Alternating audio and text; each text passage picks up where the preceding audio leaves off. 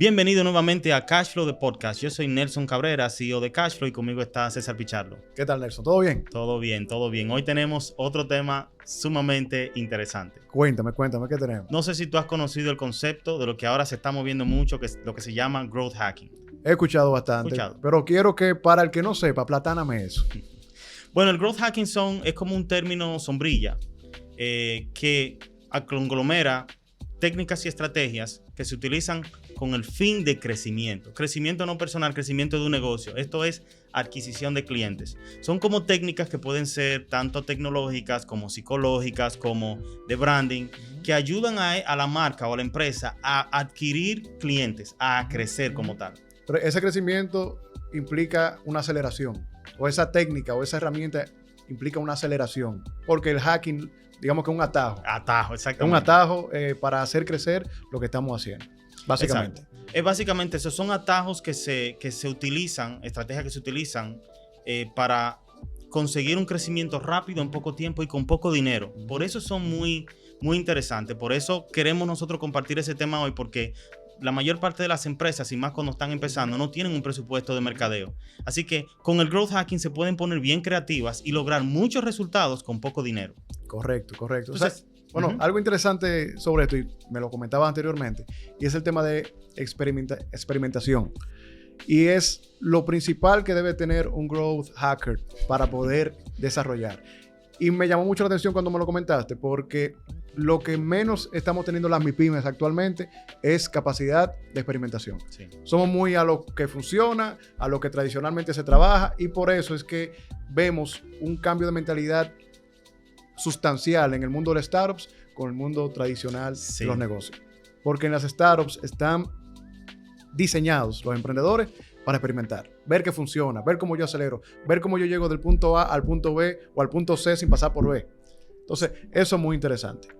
Sí, de hecho, hay parte de todo el esquema del growth hacking. Se utilizan libros específicos que ayudan a eso. Un libro que se utiliza mucho y es para inclusive la fundación de empresas, es el libro de Lean Startup. Buenísimo. De Eric Rice.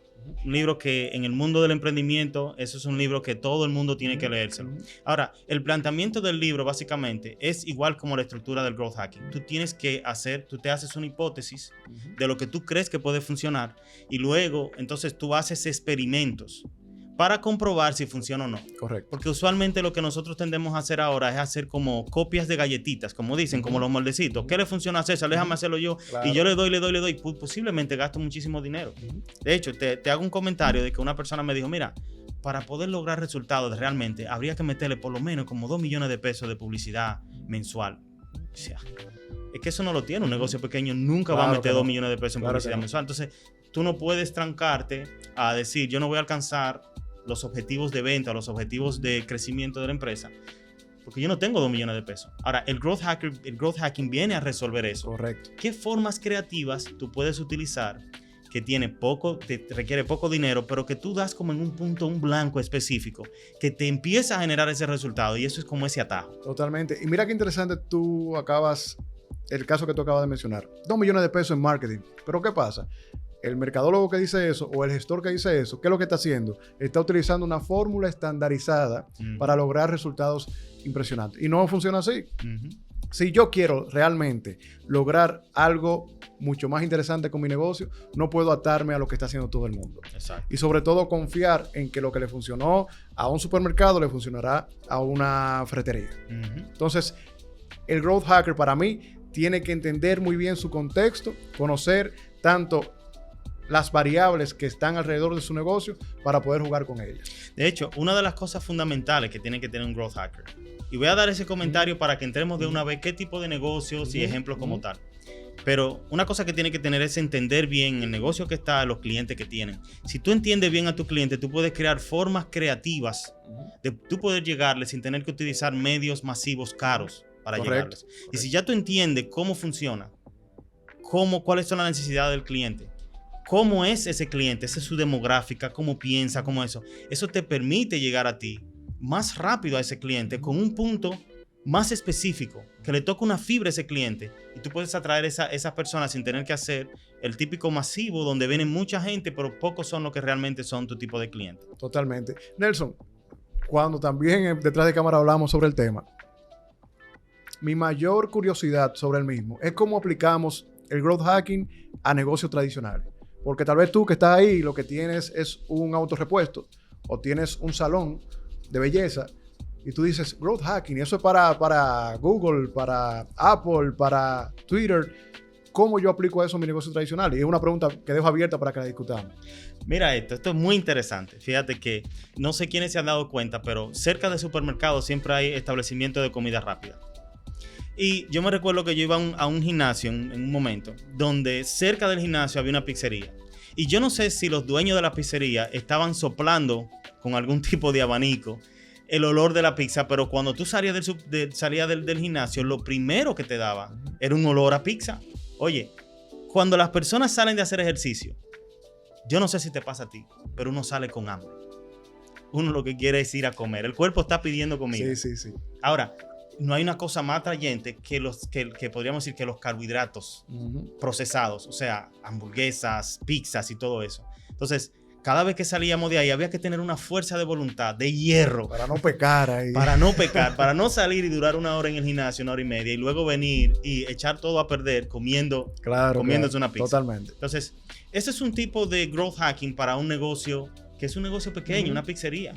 Una pizzería. Si yo pongo mi pizzería cerca de un centro donde hay un gimnasio o cerca de un gimnasio, yo estoy apelando, y esa es la parte creativa. Yo entiendo que las personas que levantan pesa le da hambre cuando salen. Y yo entiendo que el ser humano le encanta la comida rápida. Entonces, ¿qué yo hago? Déjame yo poner, cuando yo estoy haciendo mi plan de negocio, cuando yo voy a emprender ese tipo de negocio, yo decir, yo voy a poner esto cerca de este lugar. Correcto. Entonces, porque ya yo sé. Entonces, ahí el tema de locación es, digamos, el hack que yo voy a utilizar para crecer mi negocio. Yo no voy a poner la pizzería donde sea, sino que la voy a poner estratégicamente en lugares donde yo pueda tentar a mi público. La tentación es el hacking. Porque el lugar donde se pone, yo puedo ponerlo en un lugar muy transitado. Sí, va a haber mucha gente, pasa mucho carro. Pero fíjate cómo funciona el hacking. Es la parte psicológica. Él le va a dar hambre, a la gente le gusta la comida chatarra, y más cuando sale de un gimnasio. Entonces, lo voy a poner no en cualquier lugar donde haya tránsito, en cerca del gimnasio. Correcto. Por eso inclusive el growth hacking a veces se dice que es oscuro. De forma de relajo lo dicen entre los growth. Es oscuro porque tú estás tratando de entender y hasta manipular hasta cierto punto. Condiciones del ser humano que te permiten llegarle rápido y tener una reacción efectiva. Totalmente. Mira, yo voy a poner un caso bien particular y es de Founders Night. Y es como yo entiendo que nosotros logramos explotar en esa parte inicial de nuestro proyecto.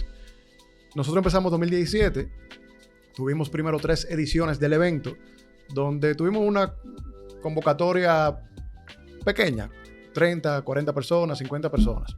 En la edición número 4, me dice mi socio, César, tenemos que hacer algo distinto para que la gente conozca Founders Night.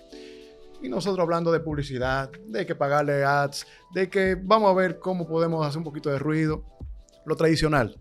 Y él me dice, no, mira, y fue Guido de Pradel, mi socio, se la doy con esto. Me dice, César, el ecosistema emprendedor solamente ha llevado emprendedores a los eventos, obviamente porque son eventos de emprendimiento.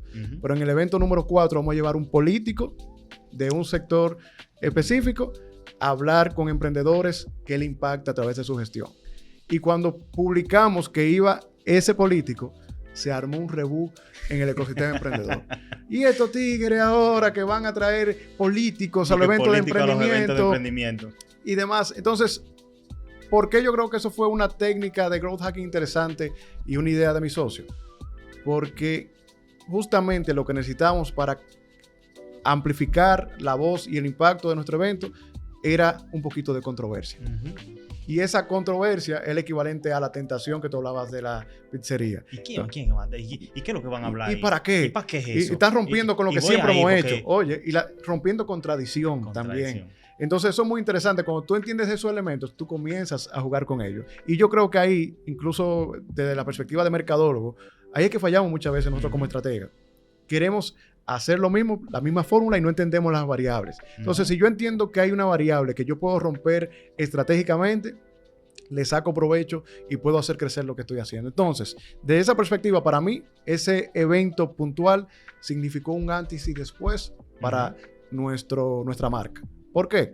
porque explotamos, hicimos crecer y luego aprovechamos ese momento. Exacto. Mira, y te digo, te pongo un ejemplo ahora también que está muy de moda. Es el tema de Elon Musk. Es decir, ¿cómo Elon Musk realmente hace growth hacking? Elon Musk ha hecho un personaje que de hecho, no sé si lo empezó él o alguien lo hizo. Lo empezaron a comparar con el personaje de Iron Man. Iron Man. Que es Tony Stark. Ese es el Tony Stark de la vida real. Así es. Ahora, el tipo ha generado una fama. Él entiende que a las personas les encanta la farándula, pero él lo que tiene son negocios de tecnología. ¿Qué él hace? Yo voy a generar farándula con las cosas que hace para llamar la atención a la awareness y entonces eso de alguna forma me ayude con lo que yo estoy tratando de hacer con las empresas. Totalmente. El hecho de que él haya entrado a Twitter ahora, todo el show que él está haciendo alrededor de Twitter es un growth hack. Claro que sí. Está llamando la atención a Twitter y yo lo voy a tomar y yo voy a cancelar a la gente. Ahora todo el mundo lo que está pensando es que él está utilizando la farándula, las noticias podríamos decir, noticias de esa de alto impacto para él atraer la atención de las personas. Correcto. Y él se mantiene relevante y sus negocios se mantienen relevantes. Es un growth hack. Y a mí me encantaría ver un estudio, no lo tengo a mano y lo abro, por si pueden comentar aquí debajo en las casillas, es cuánto le costaría a Elon Musk generar ese nivel de atención global si no hiciera ese tipo de... Si fuera pagado. Si fuera pagado. Si fuera pagado. Si estuviera pagándole a grandes cadenas de televisión, radio, medios y demás. Interesante. No tengo el dato. Si lo conocen, déjenlo aquí debajo, pero vamos a hacer ese análisis luego, a ver qué podemos sacar de ahí. Incluso, mientras tú hablabas de Elon Musk, pienso en Gary Vee. Cuando inició en 2000 bajito, 2004 por ahí, él trabajaba en la empresa de su familia, que era una empresa... sí, ellos venden vinos. Vinos. Y él decía, yo tengo que explotar este negocio. ¿Qué yo puedo hacer para vender más? Y él no dijo, papi, dame un presupuesto de $1 millón para meter en publicidad. Él comenzó, así como estamos nosotros hablando, en 2004, a crear un canal de contenido para entusiastas del vino, hablando y catando vino frente a una cámara. Wine Library, creo que se llamaba en ese momento. Y comenzó a grabarlo y luego a enviarlo por newsletter. Y mira qué interesante. Él multiplicó por 10 o por 20, tengo que buscar el dato, por 10 o por 20 los ingresos de su negocio simplemente utilizando una estrategia que en ese momento era un hack. Ahora el contenido estratégico es normal. Pero en ese momento lo que hizo Gary Vee aprovechando el internet fue un hack.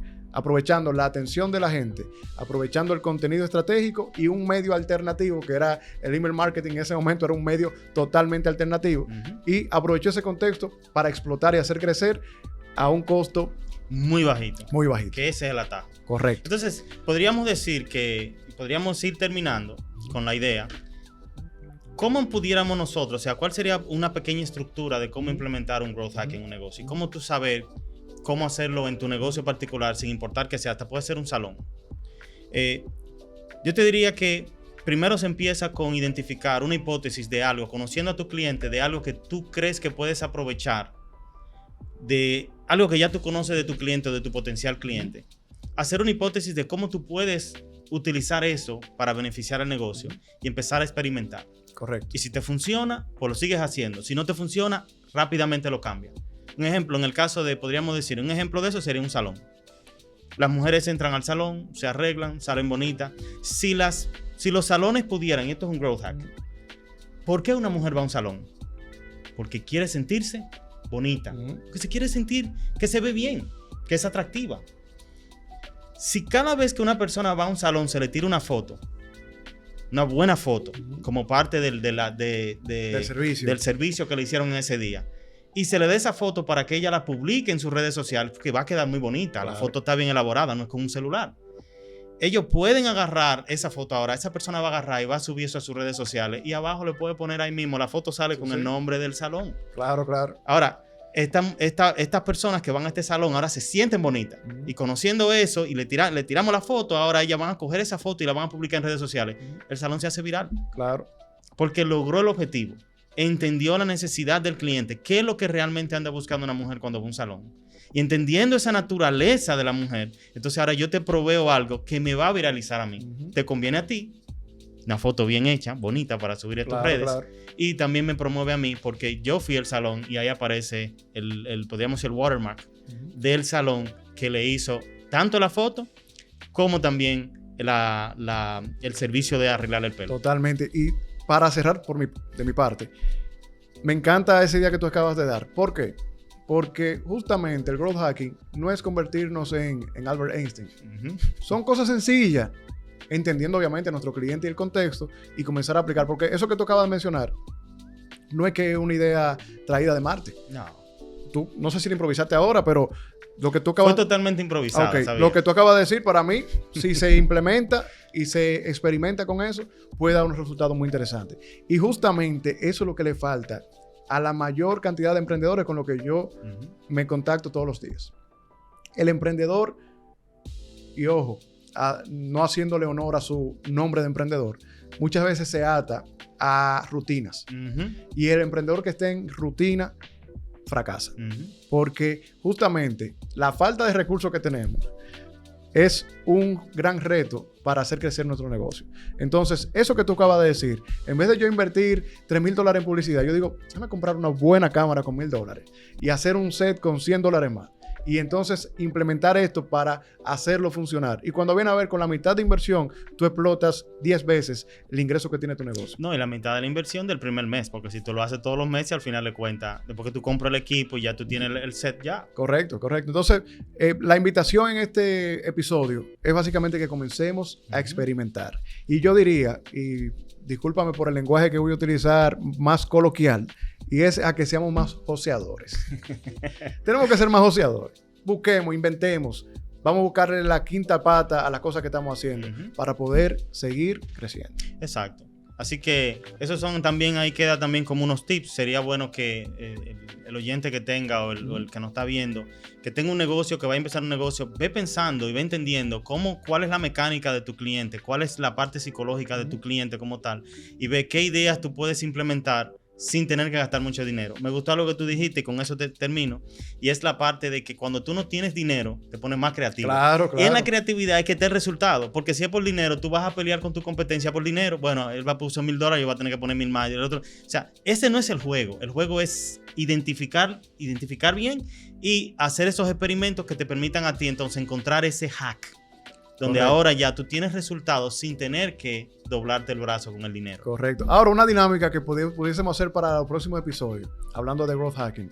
Les invitamos a nuestros seguidores que dejen aquí debajo cuáles son sus negocios, qué quieren lograr, cómo quieren crecer. Y nosotros en un episodio de forma improvisada vamos a ver si se nos ocurren unos cuantos hacks en vivo aquí. Creo que puede ser, aprendemos muchísimo, le damos unas cuantas ideas ya ahí de forma gratuita y podemos seguir fomentando el pensamiento creativo y estratégico.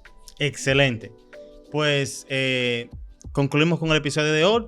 Manténgase con nosotros, que vienen más episodios también como estos. Y como decía César, dejen su tipo de negocio, que vamos a hacer esa dinámica que le va a ser muy, muy productiva para usted en su negocio. Vamos arriba.